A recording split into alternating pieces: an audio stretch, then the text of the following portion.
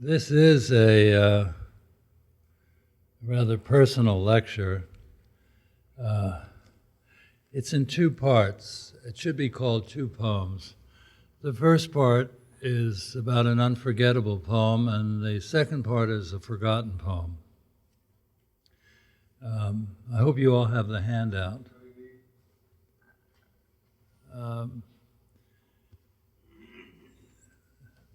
When I went to Brazil in 1965 as a Fulbright lecturer, I had read only a few of Carlos Drummond de Andrade's poems in translations done either by Elizabeth Bishop or John Nist. I did not know Portuguese and thought quite erroneously it turned out that I would learn it by doing my own translations. I had no idea how difficult that would be.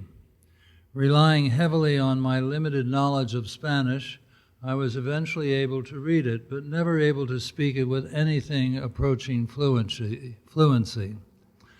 My translations had to be checked for accuracy by someone who actually knew the language. I had recently turned 31 and was still very much a young poet. Translation for me was a kind of apprenticeship. Problems in syntax, say, or lineation could be confronted more objectively, more concretely than they could in the working out of my own poems, which I had wanted to manifest the same degree of mastery exhibited on the one hand in the poems of Anthony Hecht, Richard Wilbur, and James Merrill, and on the other by the poems of James Wright or W.S. Merwin, or by the slightly older Elizabeth Bishop, Robert Lowell, and Theodore Roethke. Style was all, content would take care of itself. At least, that's what I thought then. But as important to me as those poets were, they existed primarily as models of prosodic self-assurance. Rarely did I feel with them the deep connection I felt when reading the fiction of Kafka, Bruno Schulz, Borges, Calvino, Landolfi, or Buzzati. Their fictive worlds were the ones I wished I had created. Their fantastic distortions, their freedom from domestic convention, their endlessly inventive projections of the uncanny not only fascinated me, they seemed more related to my own inner experience, my own psychic disturbances and pleasures. Aesthetically, I seemed lost somewhere between the polish of the American poets and the peculiarity of the European prose writers. I hoped that a year in Rio might help me to find a direction of my own. One of the things that became increasingly clear to me was that I lacked, and probably always would, the formal skills of the poets whose work I admired. Although from time to time I would still write in rhyme and meter, the majority of the poems I wrote that year were in free verse and exhibited in their strangeness the influence of the European fantasists. I was inching away from contemporary American poetry. Translating Carlos Drummond was a pleasant distraction. Following someone else's lead instead of inventing a starting point of my own was oddly relaxing, sort of like solving a set of puzzles. Since he lived in Rio, I might have asked the poet for help with some of the difficulties I encountered. Elizabeth Bishop, who was still in Rio then, offered to introduce us, since she and Drummond were friends, but said that he was shy. Since I was also shy, at least I was in those days, I foresaw an awkward visit, prompting only silence and probable embarrassment. Drummond was then in his 60s and was the most famous and beloved poet in Brazil. I was the author of one small press book, and so far as I knew, beloved by nobody. What could I say that would interest him? Already in getting to know Elizabeth Bishop, my shyness was the source of considerable awkwardness, so much so that it took me several visits with her before we were able to have a normal conversation. I decided to forego the visit with Drummond. Of the poems I translated that year, the one that interested me most was No Meio do Caminho, or In the Middle of the Road. I was unavoidably struck by the repetition of the same phrases, by how quickly and effortlessly the poem kept reassembling itself. It challenged my idea of the way poems should develop or unfold. That is, I had expected them to have one thing follow another and not have the same thing again and again, and either because of this or in spite of it, I liked the poem immensely. It insisted, it seemed to me, on being itself, exhibiting a stubborn exactitude whose obvious purpose was the preservation of a single event, the importance of which, at least to the speaker, would not or should not be compromised. When it was published in 1928, it created a scandal. Although modernism had already challenged Brazil's literary establishment, especially with the works of Mario de Andrade and Oswaldo de Andrade, not related to each other, or to Carlos Drummond de Andrade, the dominant aesthetic was still shared by two distinct poetic persuasions: the Parnassian, with its devotion to formal complexity and elegant versifying, and the symbolist, with its commitment to the suggestive and its opposition to the concrete. Drummond's poetry, and especially In the Middle of the Road, was simply too plain, too homespun, too direct. But the resistance was short-lived. Largely because of Drummond's influence, modernism quickly became the dominant force in Brazilian letters. On the surface, it would appear that In the Middle of the Road has much in common with some of the writing of Gertrude Stein. Its repetitions, however, seem less aggressive, less extended, and somehow less self-consciously and studiously experimental. I felt an affection for Drummond's poem that I never felt for any of the work of Gertrude Stein. Other poems by Drummond that I translated that year, though intensely moving in some cases, did not compel me the same way. They were, for the most part, easy to follow, narratives rooted in the sorrows of daily life, charmingly and often humorously told. They were accessible, whereas I wasn't really sure how I was meant to understand In the Middle of the Road. That was in 1965. The translations I did that year went into a folder and were put away with other unfinished projects. By 1970, I had published my books Reasons for Moving and Darker, and had developed, or so I thought, a voice that was more assured and more in line with what I hoped it would be. And I was still interested in what American poets, and though I was still interested in what American poets were writing, I became more interested in the writing of Eastern Europe, thanks in large part to the sudden availability of translations. My interest in Latin American writing was also broadened. I was inspired to have another look at the Drummond poems I had translated and try to finish others that had given me problems. Once again, I was struck by the uniqueness of In the Middle of the Road, and I found, as I had before, that its repetitions were restorative. It is one of those poems that refers to an experience while calling attention to itself as the vehicle for that experience. The stone stays in the middle of the road because the poem keeps putting it there. This time, however, the poem seemed comically grandiose in its memorializing an event that would be forgettable by any reasonable standard, except that it does what many lyric poems do, rescue an ordinary event from certain oblivion.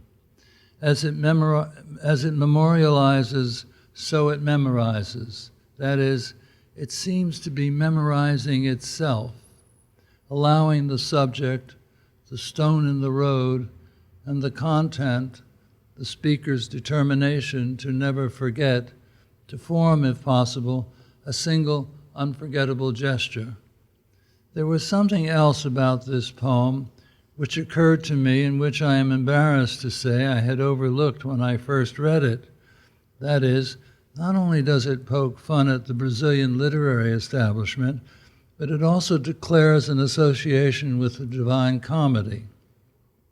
No meio do caminho is as close as one can imagine to nel mezzo del camin, but there the similarity ends. Dante was to begin an immense journey that would begin in hell and culminate in a spiritual reunion with Beatrice, and in an uncharacteristic humility in which he admits to being incapable of describing the radiance and transcendent purity of paradise. Drummond's journey is the inverse of Dante's. There is no radiance, no Beatrice, no Saint Bernard, no jewel-like flowers, etc. It is clear that Drummond, unable to get beyond the stone, goes nowhere. His journey is the backward one of recollection, going back again and again to the moment of encounter. The stone, whose size cannot be known, but whose power is immense, as if it were transfigured into a psychic wall, is an inescapable presence that reduces the rest of the world to a vague and shadowy possibility. And where, we might ask, is the poem's speaker in relation to the stone? He, too, in order to accurately gauge the centrality of the stone, must be in the middle of the road, suggesting, perhaps, that, like Dante, he is at the imagined midpoint in his life. And what of the void that surrounds the event? Where does the road go, and through what sort of terrain? The absence of features, trees, meadows, hills, farms, what have you, only isolates the event, enlarging it and erasing the world that surrounds it. The event also exists in temporal isolation. Nothing leads up to it, nothing follows it, but the injunction to remember it. Again, I put my Drummond translations away. In 1973, my translations of Raphael Alberti were published in another book of my own poems. A year or two later, Dan Halpern at Echo Press asked me about the Drummond poems he knew I had been working on. I had translated only 14, but he thought that would be the perfect size for a chapbook. I spent a short while polishing what I had. The chapbook was published in 1976, but in the middle of the road was not in it. In some ways, it was the easiest of the poems to translate. The repeated lines offered no problem, and it is hard to imagine that translations of them would differ even slightly. The differences occur in the first and third lines of the second stanza. The translation on the handout was done by Elizabeth Bishop, and of the three translations that I know of, it is the best and, as it happens, the most literal. The worst one was done by me. I took liberties I should not have, changing the first and third lines to the future tense. I also normalized the charming eccentricity of in the life of my fatigued retinas to in the lifetime of my tired eyes. My justification for the change was to make the line sound more conversational. What I had not realized was that I was also making it so bland that whatever idiosyncrasy it possessed was sadly done away with. Also done away with was the possibility of grasping something about the personality of the speaker, who may have used retinas to suggest that he was educated, and what he says should not be taken lightly. I'm a little doubtful about that. So I did not include the poem in the chapbook because I was uncertain of how to solve the problem of fatigued retinas, which struck me as too showy, too specialized, too Latinate, and quite out of kilter with the rest of the poem. At the same time, I felt inexplicably drawn to the very thing that detracted from its tonal and rhetorical unity, its awkwardness. But it was not only my inability to know how to deal with fatigued retinas that held me back from the poem's inclusion. It had much to do with the uncertainty about how to finally understand it. It seemed oddly suspended between being a thorn in the side of the establishment and an elegy, but an elegy that seemed almost languorous in its lack of urgency, and what is more, given the modesty of its subject, radically, comically overstated. Another perplexing feature of the poem was that its repetitions created the illusion of economy instead of its opposite. And finally, there was the problem of the dimensionless stone. How serious could the poem be if we knew so little of the event that offered itself to remembrance? Was elegy being satirized? Perhaps. And if so, the poem, despite its avowed purpose, becomes very much an abstraction. To expect more information would be to literalize the event. And it would be a mistake to allegorize it, as some have, by saying that there is a stone in the middle of the road of every life, overlooking the fact that the stone is a pedra, not a pedra grande, not a boulder. That was the way things stood until the mid-'80s, when Dan Halpern asked me and Tom Colchi to edit a full edition of Drummond's poems, including more translations done by us, but also including those done by Elizabeth Bishop and Gregory Robassa.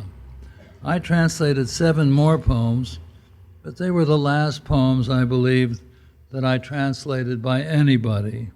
My uncertainty about In the Middle of the Road did not reappear. In fact, I wondered why I had spent so much time worrying about it. It now seemed perfectly clear that the road and the stone were imagined and had their origin entirely within the poem. It is the act of imagining them that should not be forgotten. This is what the poem insists on, making a clever case for its own continued existence as an unforgettable poem. And just as it would have it, I have not forgotten, nor am I likely to, that in the middle of the road there was a stone. There was a stone in the middle of the road. Now, that's a rather short paper, but quite enough on that particular poem. But I felt, to be fair to this group and to the kind people who sponsored the event and trusted that a poet of my sort could write a paper, I thought I'd add a few more pages, but about another poem, a forgotten poem. And of course, there's much less to write about a forgotten poem than an unforgettable poem, so part 2 is very short. Late last year in Madrid, a book of 26 of my early poems had just been published. There was to be a book launching at which I would read a selection of the poems in English and my translator would read them in Spanish. It was up to me to choose which of the 26 I would read. Actually, I did not want to read any of them.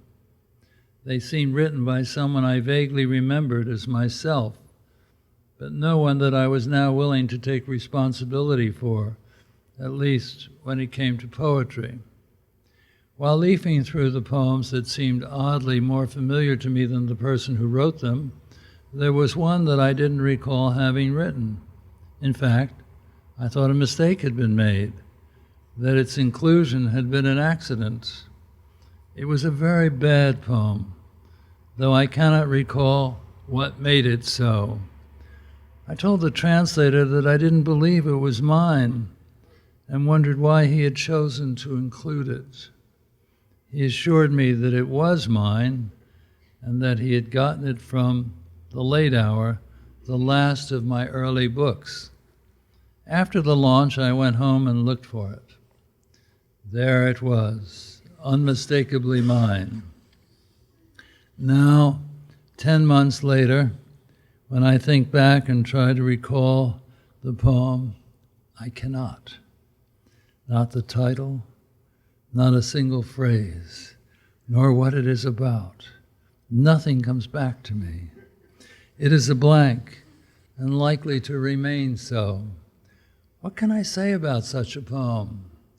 Nothing except that I once wrote something and believed it was good enough to include in a book, one in which, as it turns out, there were other so-so poems, but none of them has slipped entirely out of mind, at least not yet.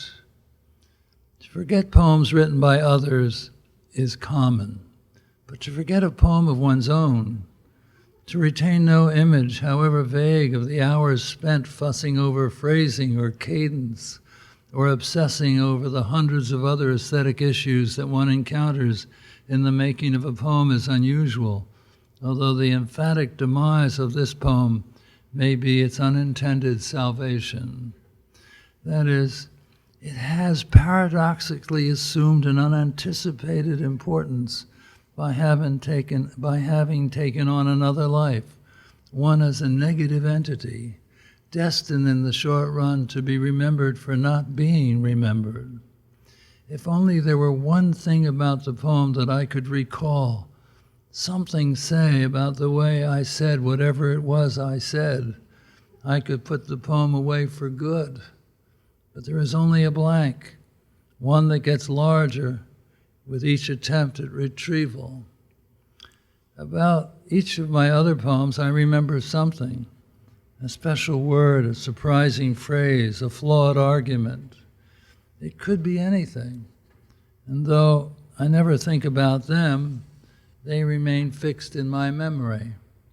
It is the poem about which I remember nothing that compels my attention and for which I have written not a memorial, but an appreciation of its peculiar survival. Since I once stated in an early work that wherever I am what is missing, it should not be surprising that a poem whose existence I doubted should be more present simply by not being present. Thank you.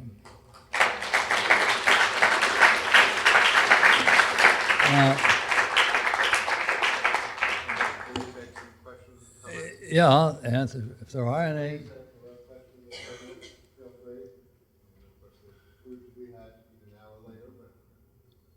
An hour later? Either now or later. Oh, no.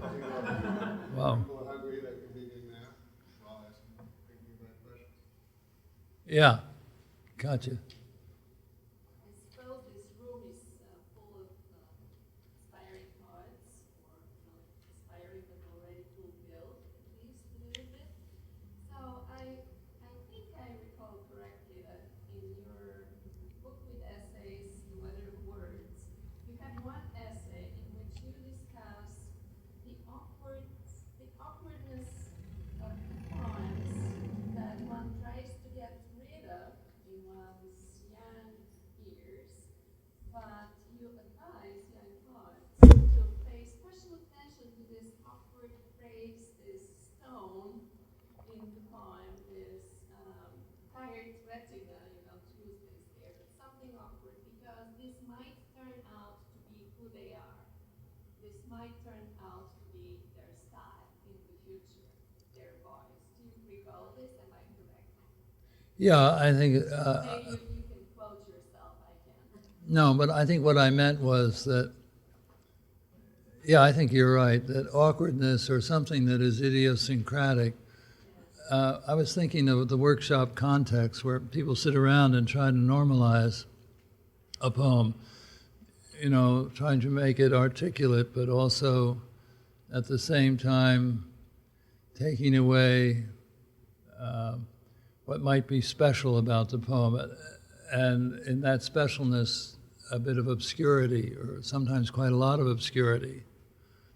And I think that would be a mistake. Sometimes the biggest mistakes are not, in the end, not mistakes. So I was reminded this essay of yours, now that you were sharing how you went through the years with this poem somewhere in the back of your mind, and it looks like it's precisely the stone in the middle of the pond, or the stone in the road that we remember. There is something that shouldn't be there because it prevents us from walking smoothly the road of the pond, and yet it is what we remember. That's the event of it.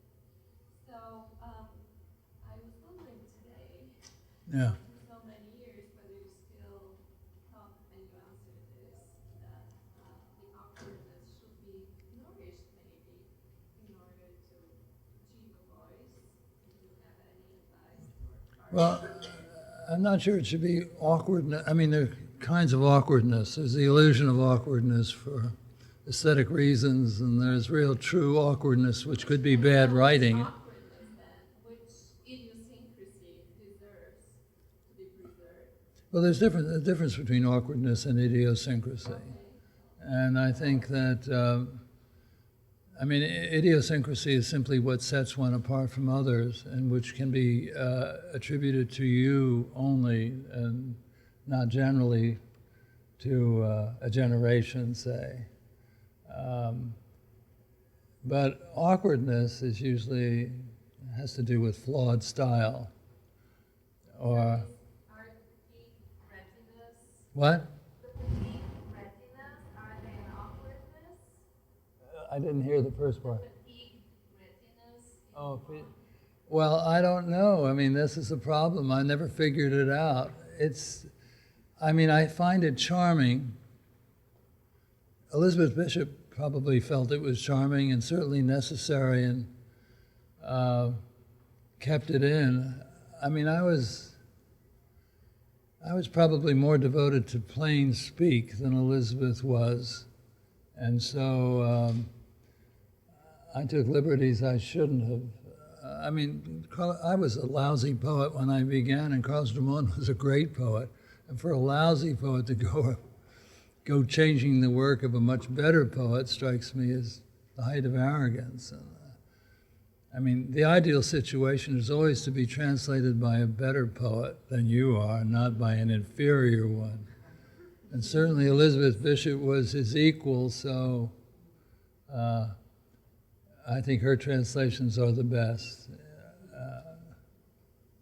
Of course, if I were to do them now, though, my grasp of Portuguese is completely gone, as my grasp of practically anything is.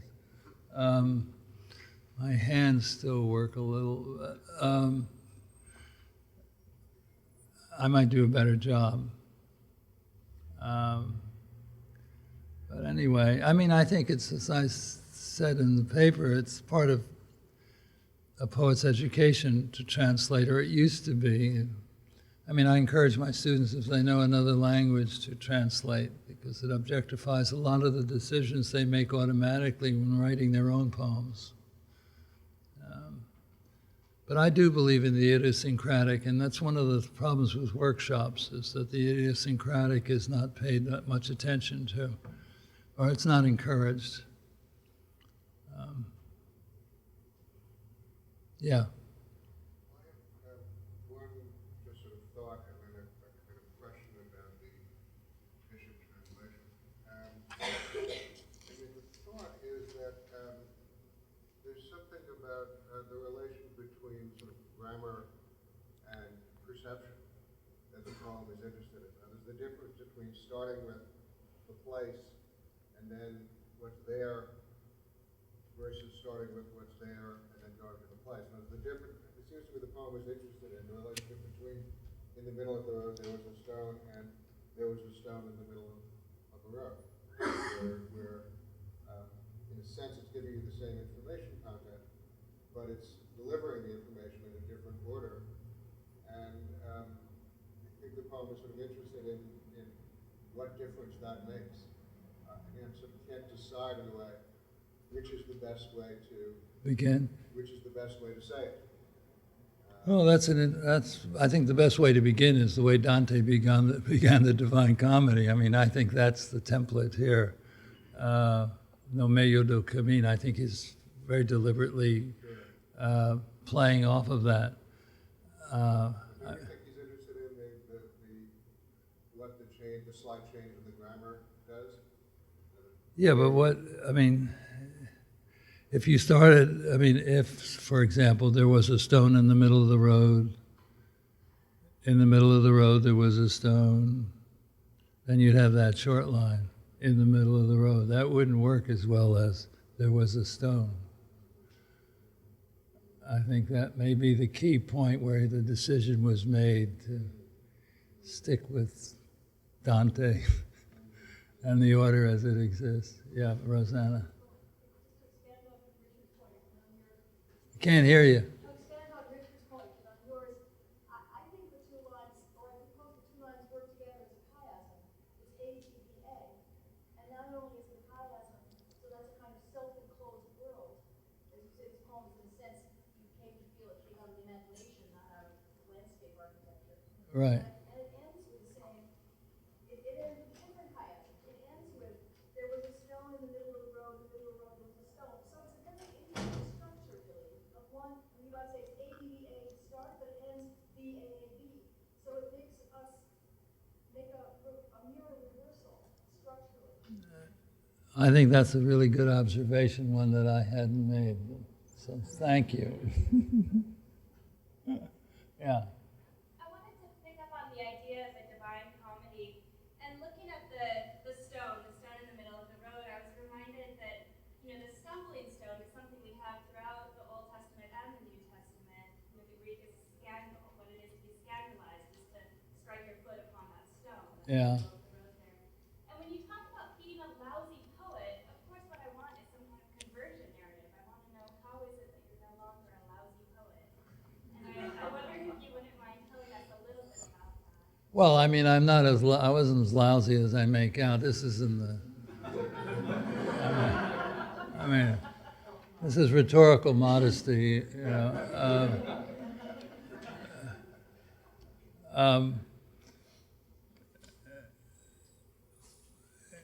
Well, I don't think a poet ever feels he's on top of his game. No matter what the rest of the world thinks. I think it's not really that you're competing with others and losing. It's not that. It's just that it's a feeling, even when you've written what you feel is a good poem, that you might have done it a little better. Or even if you really hit it that time, why am I not hitting it more often with greater consistency? And, well, I like to think of myself as a struggling, lousy young poet. I don't know why. I think it's because then I could give a mediocre talk. But if I were a terrific poet and I gave a mediocre talk, that would be unforgivable. I'm joking, of course. Yeah. Just picking up on Rosanna's point about the structure of the poem. Yeah. I wonder if we take that to be the structure, whether that the fatigue resonance of the stone in the middle of the road. If we did what? If we take the poem as revolving in a mirrored way around the centre, at the centre of the poem are the fatigue resonance, which then become the stone in the middle of the road.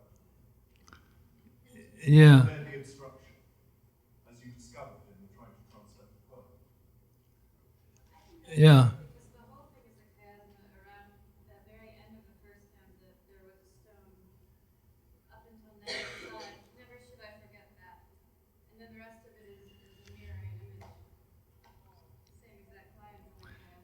Yeah, well, I mean, in the end, what it does is encloses the event. And in some ways, it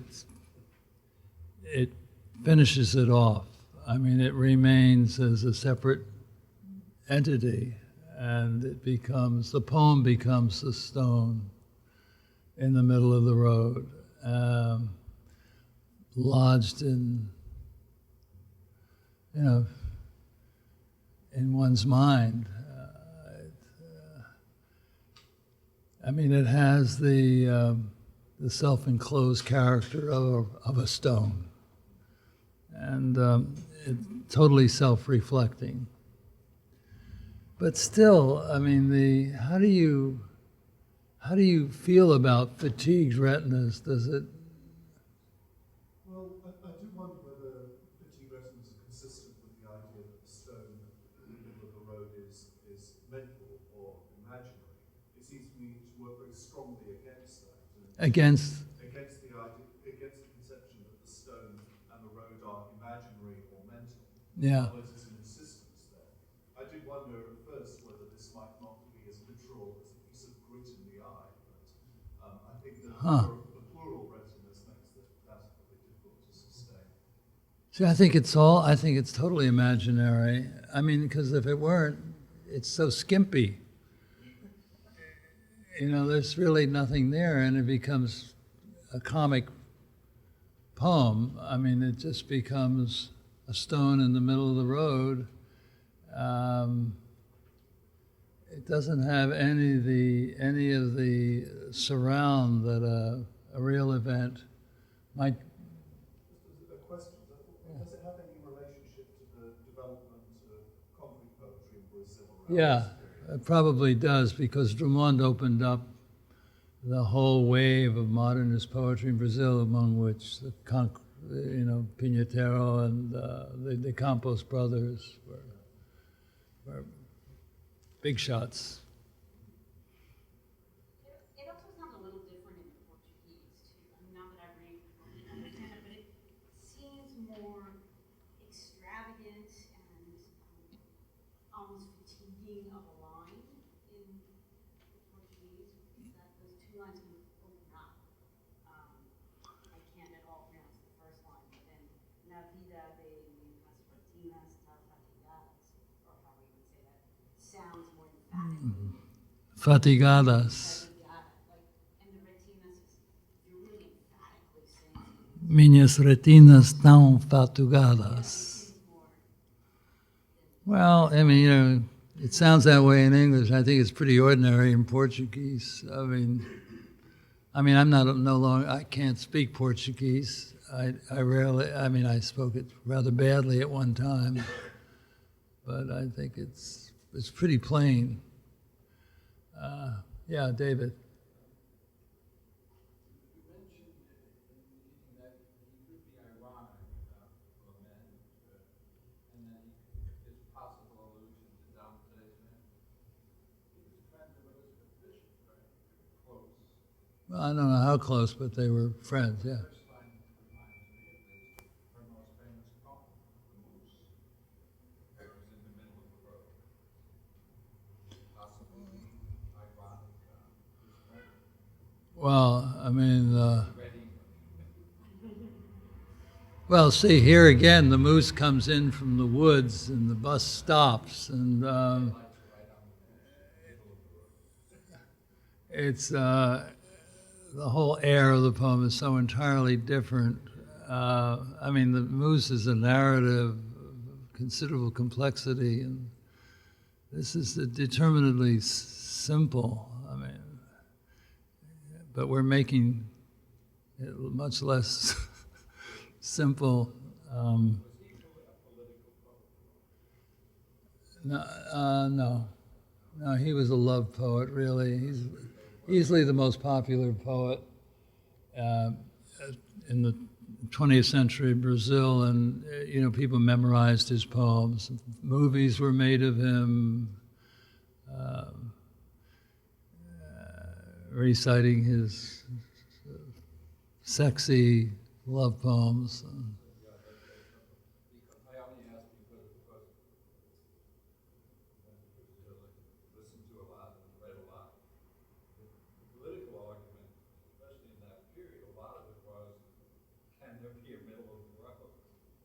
Can what?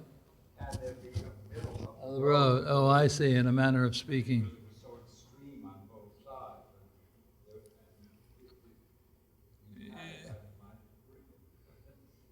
a stone. Well, that's a possibility. I'd never considered it, but But not if he's not that involved. I have no. No, you know, he was really he wrote about family matters, and he wrote about Itabara, the town he came from, and Minas Gerais. I mean, you've read Elizabeth Bishop's translations. Really, he's a very amusing poet. And finally, despite his love poetry, a rather reclusive guy. No, there were other poets in Brazil who were much more political and committed to political action than Carlos Drummond. Yeah. You mentioned earlier a problem with workshopping a poem in the way that it normalizes the specialness, and that it does so by articulating. Not in a good workshop, but there are a lot of lousy ones. Okay. So I wanted to know what you thought about workshopping a poem, and then interpreting a poem, and at what point do you exhaust the words, or do you invigorate it with new viewpoints, like the political understanding, whether or not that applies, or whether or not that's, how do you respect the intention of the poet, and how a new lens doesn't apply? Well, the intention of the poet is a mystery. I mean, if you're reading a poem a particular way and somebody else is reading it in another way,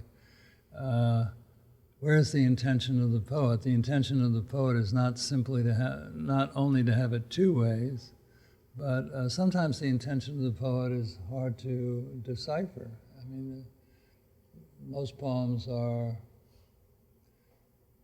don't ask you to read them in a particular way. The poet assumes when he writes a poem that you're going to read it the way he wrote it. That is, when a poet writes a poem, he's making decisions as to how to proceed in the poem. It's as if he were made other. He becomes his own reader and editor.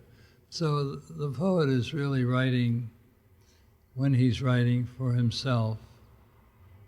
And he doesn't think about what the reader is going to, he can't anticipate the 50 or 60 people that are going to read the poem, what their response is going to be. He really has no control over the crazy things they might read into the poem, or the disappointment they may experience, or the absolute rejection of the poem they may think is what the poem calls for. In the writing of my own poems, I simply, all I care about is if somebody likes the poem. Oh, you like it, that's great. Beyond that, I stop listening. I'm not interested.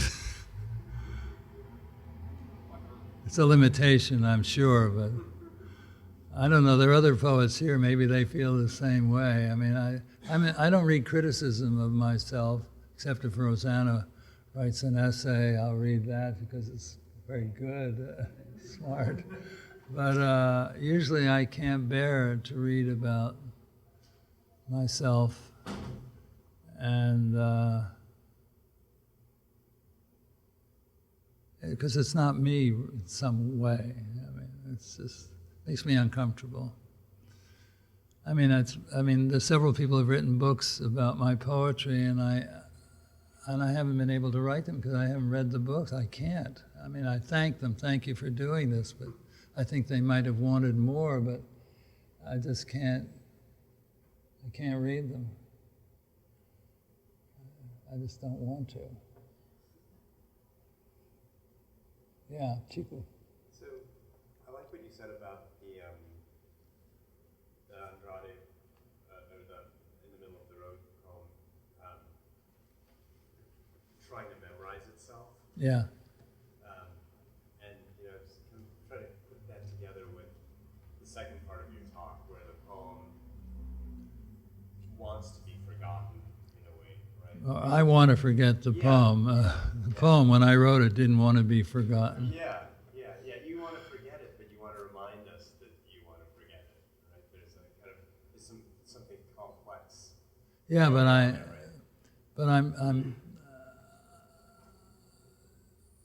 I'm.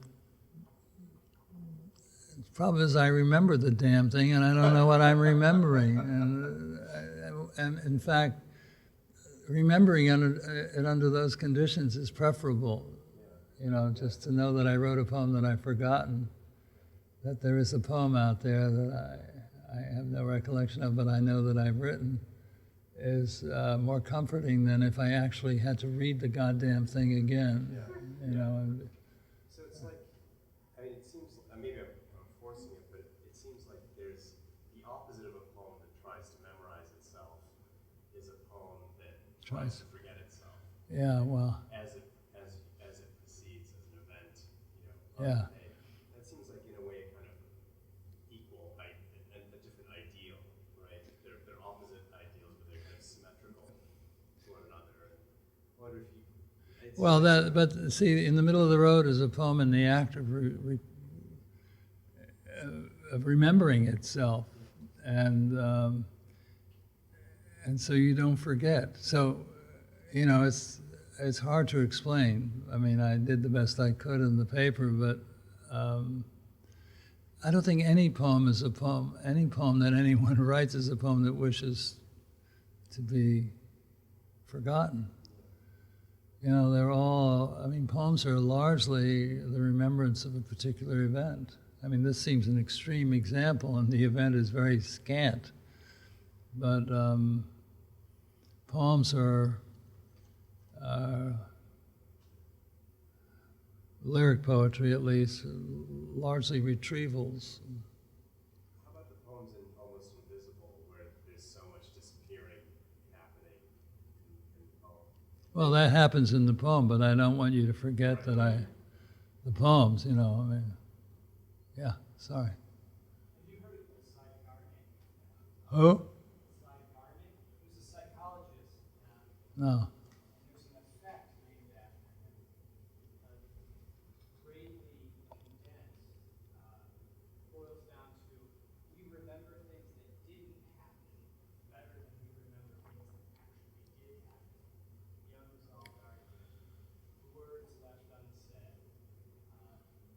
There's that, yeah. And so I was thinking, while you were talking about this poem you forgot, it must have seemed, if I had to speculate as to how you felt when you finished it, and why you can't remember the process of composing it, it must have been very satisfying because you felt like it was done. Satisfying what? You must have felt satisfied with it when you were done with the poem. It must have seemed to have no unfinished. Yeah, I probably too easily satisfied. Yeah.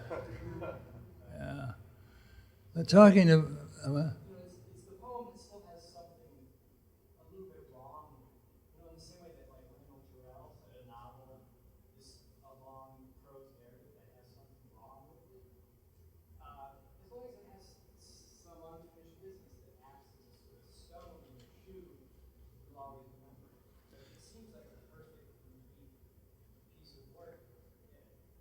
Does that make sense? well, yeah, the suggestion is that maybe this poem was so perfect that it could be forgotten, and that's precisely what I've done. And all my other poems have this, but there's truth in that. I mean, I think really good poems are ones that we go back to again and again because there's something inexplicable that draws us back. And for example, I think that In the Middle of the Road is a terrific poem, and Rosanna and the gentleman next to her brought up things that I hadn't considered when I was writing this little paper, and I might have, and maybe that the unfinished business drew me back to the poem. It keeps drawing me back to this particular poem. I don't think I'll be drawn back to this poem anymore. I mean, come on, this is. I could say this in my sleep for this poem, but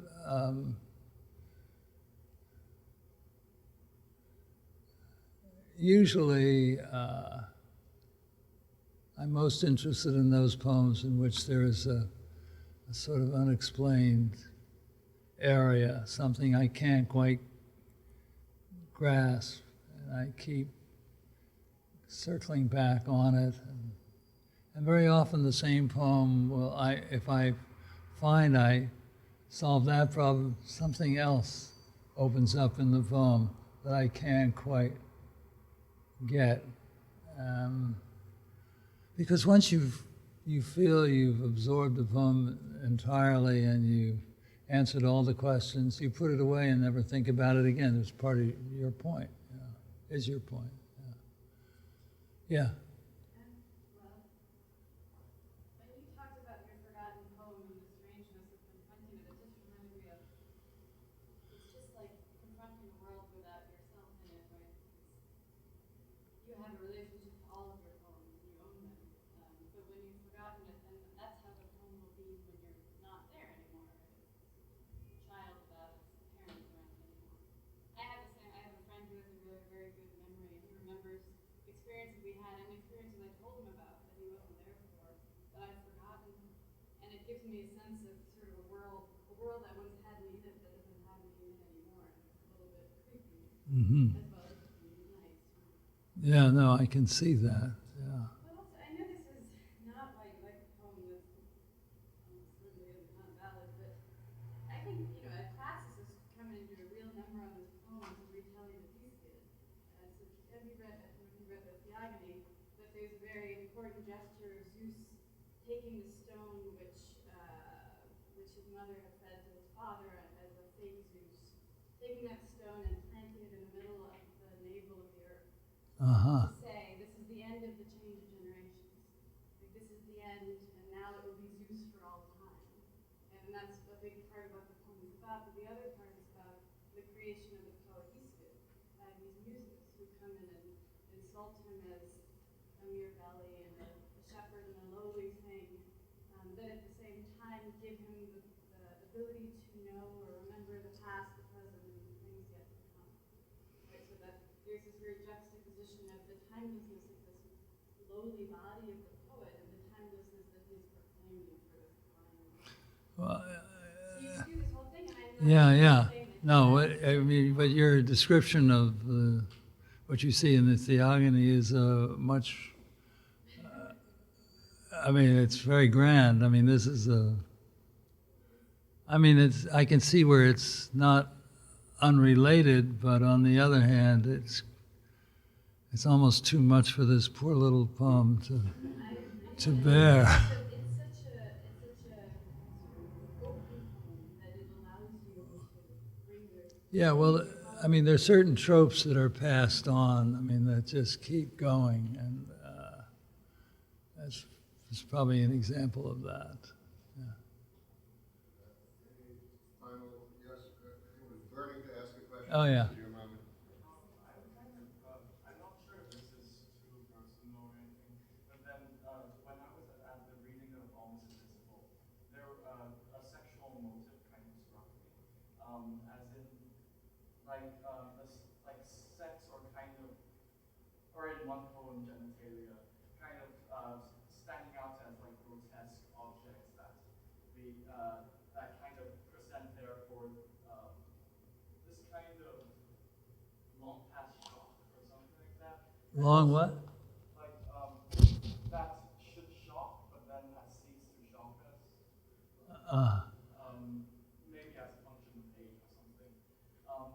And then there was also, I think, a recurring motive about like a couple, for example, in the businessman, the banker in the wine brothel.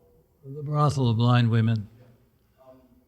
That a man arrives into a relationship kind of suddenly rejuvenated, kind of seeking for approval, and then the